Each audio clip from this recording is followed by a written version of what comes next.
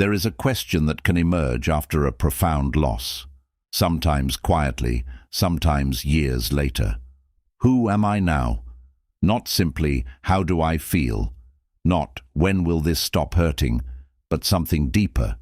Who am I without the person who knew me that way, without the role I once occupied, without the future I expected, without the life in which this loss had not yet happened?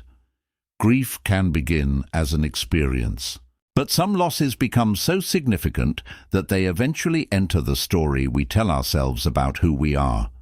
There was the person I was before, and there is the person I became afterward. Welcome to episode 4 of The Psychology of Grief.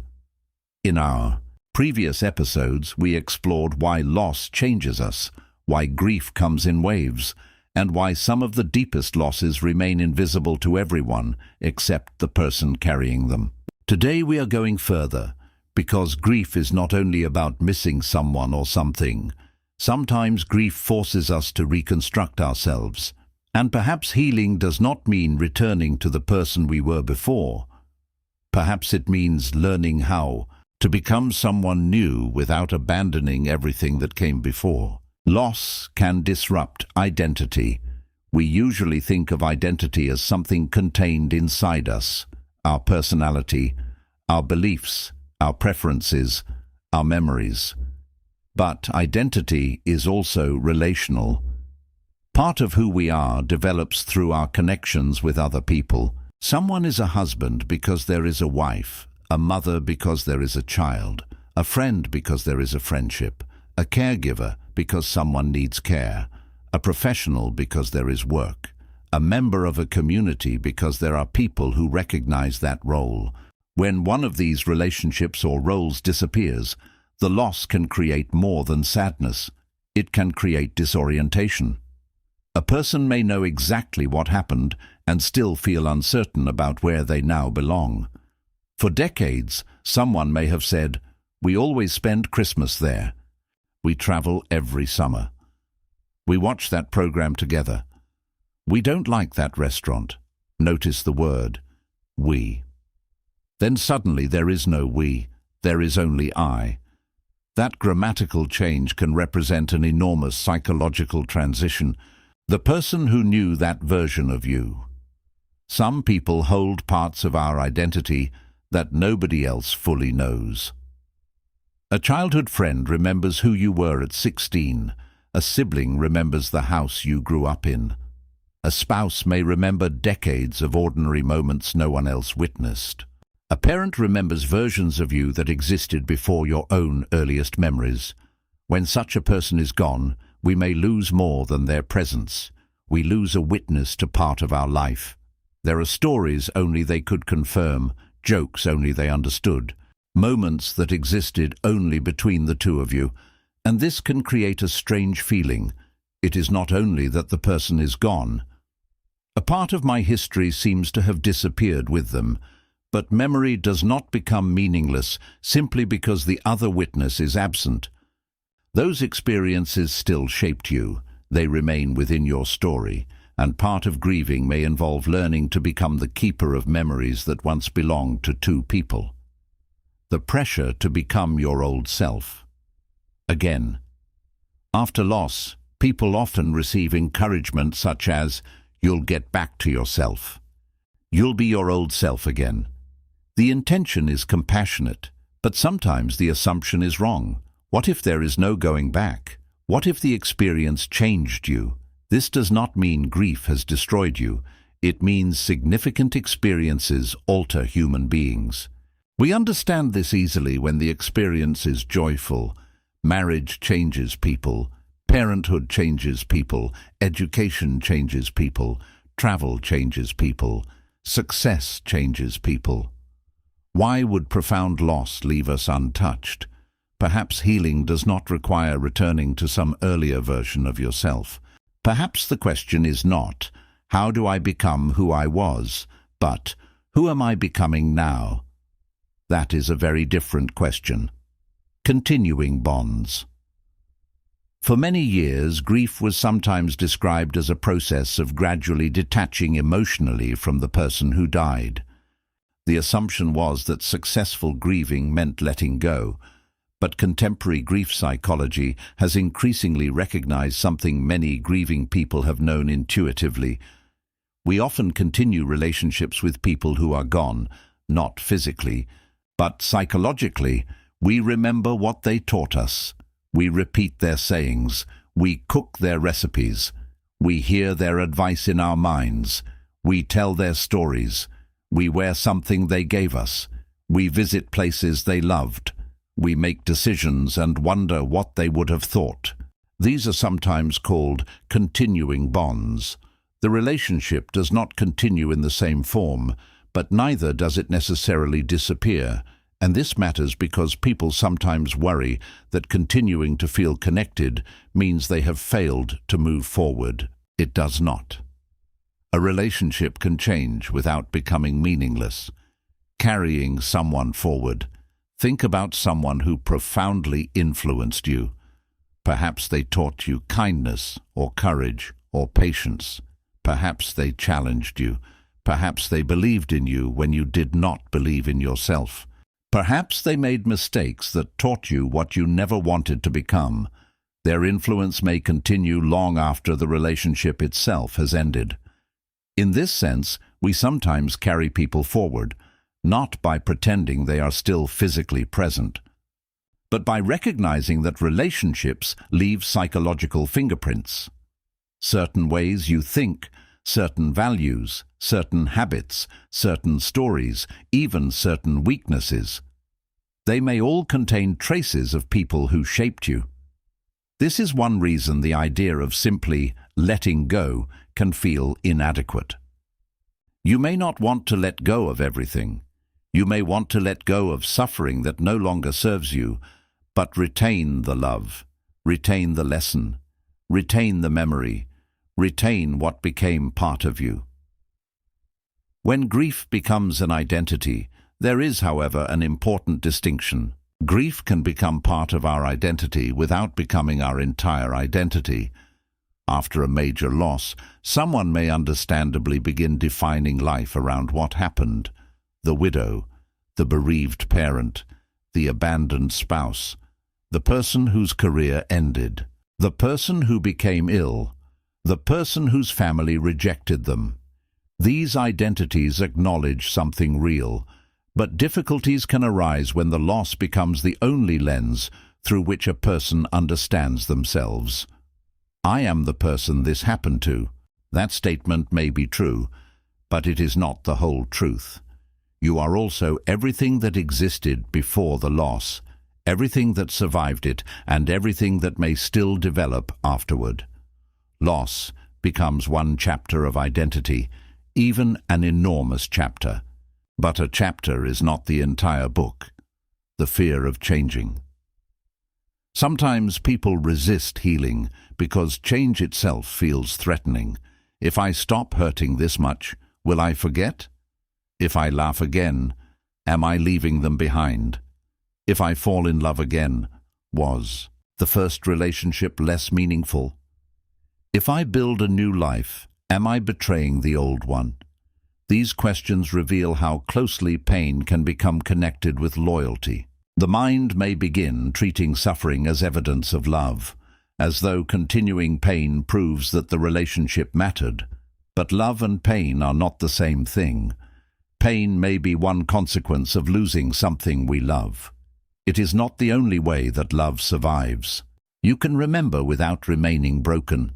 You can smile at a memory that once made you cry. You can build something new without declaring the past meaningless. Healing does not require emotional amnesia. Memory changes, too. Something interesting happens to memories over time. Early in grief, memories can feel painful because they emphasize absence. You remember the conversation and immediately remember that there will be no more conversations. You remember the holiday and immediately notice the empty place. The memory leads directly to loss. But sometimes, with time, the emotional meaning begins to change. A memory that once produced only pain may eventually contain warmth. You may tell the story and laugh. You may remember an irritating habit and unexpectedly smile. The loss is still real, but the memory no longer belongs entirely to grief. It begins returning to life. This is an important transformation, because remembering someone does not always have to mean reliving the worst moment. Their entire life was larger than their absence, and your relationship was larger than its ending. The identity we shared. Relationships create shared identities. A couple develops routines no outsider completely understands. Families develop traditions. Friends develop private language. Colleagues develop shared history. When a relationship ends, those shared identities can disappear overnight. This is one reason major loss can produce loneliness even when many people remain around us. The problem is not always a shortage of human beings. Sometimes we miss being known in a particular way. You may have dozens of people who care about you and still miss the one person who understood a certain part of you without explanation. This cannot always be replaced, nor does it need to be. Some relationships are unique. Healing does not require pretending otherwise. Grief and the story of our lives. Human beings make sense of life through stories, not fictional stories, personal narratives. We tell ourselves, this is where I came from. This is what happened to me. These are the people who shaped me. This is what I believed my life would become. A major loss can interrupt that narrative. The future you imagined no longer connects neatly with the past, and that can make life feel temporarily incoherent. Part of adaptation involves rebuilding the story, not rewriting history, not pretending the loss was good, but finding a way to say, this happened, it changed me, and my life continued. Those three statements can coexist. Meaning is not the same as explanation. People sometimes search for reasons after loss. Why did this happen? Why them? Why now? What was the purpose? Some questions have answers, many do not. And forcing an explanation can sometimes deepen suffering. Meaning is different from explanation. You may never understand why something happened, but you may eventually decide what you want to do with the life that remains. Perhaps the loss deepens your compassion. Perhaps you become more intentional with time. Perhaps you repair relationships. Perhaps you stop postponing things that matter. Perhaps you help someone walking through a similar experience. This does not make the loss necessary, and it certainly does not make it good. Meaning does not justify suffering. Meaning is something human beings may build afterward. Post-traumatic growth without romanticizing pain. People sometimes emerge from profound hardship with changed priorities or a stronger appreciation of life. Psychologists have studied this phenomenon under concepts such as post-traumatic growth. But we must handle this carefully. Growth after loss does not mean the loss was a gift. It does not mean everyone must become wiser because they suffered. And it does not mean someone who continues struggling has failed to grow. Sometimes pain is simply painful. Growth cannot be demanded, but when it does occur, it can coexist with grief. A person may say, I wish this had never happened, and also, I am different because it did. Both can be true. You do not have to choose between past and future. One of grief's cruelest illusions is that we must choose, hold on to the past or participate in the future. Remember or move forward, remain loyal or begin again. But perhaps life does not require such a choice. You can carry memory forward. You can build new relationships while honoring old ones. You can develop new routines without erasing former traditions. You can become someone new without rejecting who you once were. Human identity is large enough to contain multiple chapters. The earlier life, the loss, the rebuilding, the person you are still becoming, when identity has to be rebuilt deliberately. Sometimes the question, "Who am I now?" cannot be answered immediately. It has to be explored. What matters to me now? What gives my days structure? Which relationships nourish me? What do I still want to experience? What parts of my previous life do I want to carry forward? What parts am I ready to release? These are not small questions, and they do not need quick answers. Identity is often rebuilt through ordinary actions, trying something new, returning to something neglected, meeting different people, taking responsibility for something, learning, creating, volunteering, traveling, caring for someone, caring for yourself. Eventually, a life begins forming around those actions. Identity does not always arrive as a revelation. Sometimes it grows quietly through what we repeatedly choose to do. The person you were is not gone. Loss changes us. But change is not the same as erasure. The person you were before still exists within you. Their memories, their experiences, their mistakes, their strengths. You do not have to abandon that person to become someone else. Perhaps identity after grief works less like replacing an old house and more like adding rooms. The structure changes. There is more inside. Some rooms contain sadness, some contain memory, some contain gratitude, some contain unanswered questions, and eventually, perhaps, new rooms appear that could not have existed before, when grief becomes wisdom. There is a kind of understanding that can come only from having lost something. You notice pain differently in other people. You recognize that someone who appears fine may be carrying something enormous. You become more careful about telling people to move on. You understand why anniversaries matter, why ordinary objects matter, why silence sometimes says more than advice. This does not happen automatically. Suffering does not automatically produce wisdom, but reflection can transform experience. And sometimes the person who has learned to carry grief becomes extraordinarily capable of sitting beside someone else's pain without trying to fix it. They know not exactly what the other person feels. No one can know that completely, but they know what it is like when life no longer matches the life you thought you were living. You are still becoming.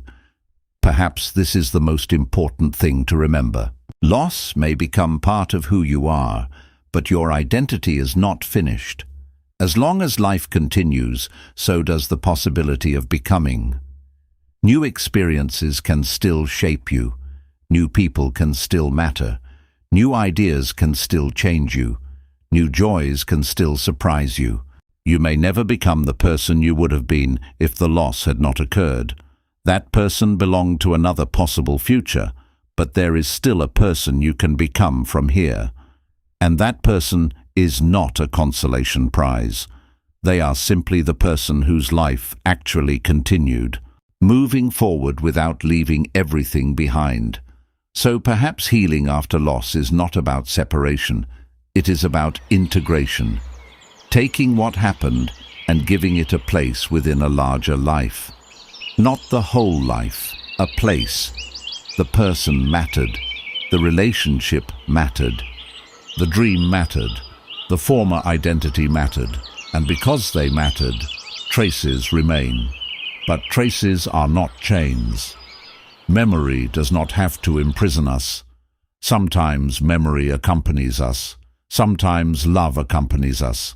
Sometimes lessons accompany us. Sometimes even grief itself walks beside us for a while. And gradually we discover that carrying something is different from being crushed beneath it. In the final episode of The Psychology of Grief, we are going to ask the question that has been quietly waiting beneath this entire series. What does healing actually mean? Not forgetting, not pretending, not reaching some magical state called closure, but learning how to live after loss, how to allow joy without guilt, how to rebuild meaning, how to remember without remaining trapped in the moment everything changed. Because eventually grief presents us with a difficult invitation. Life is still here. What will we do with it? If this episode spoke to you, subscribe to Wellness Hubnest and join us for the final chapter of this series. Living after loss, what healing really means. And remember this, you do not have to become the person you were before. You are allowed to become the person who carries what happened and still keeps becoming.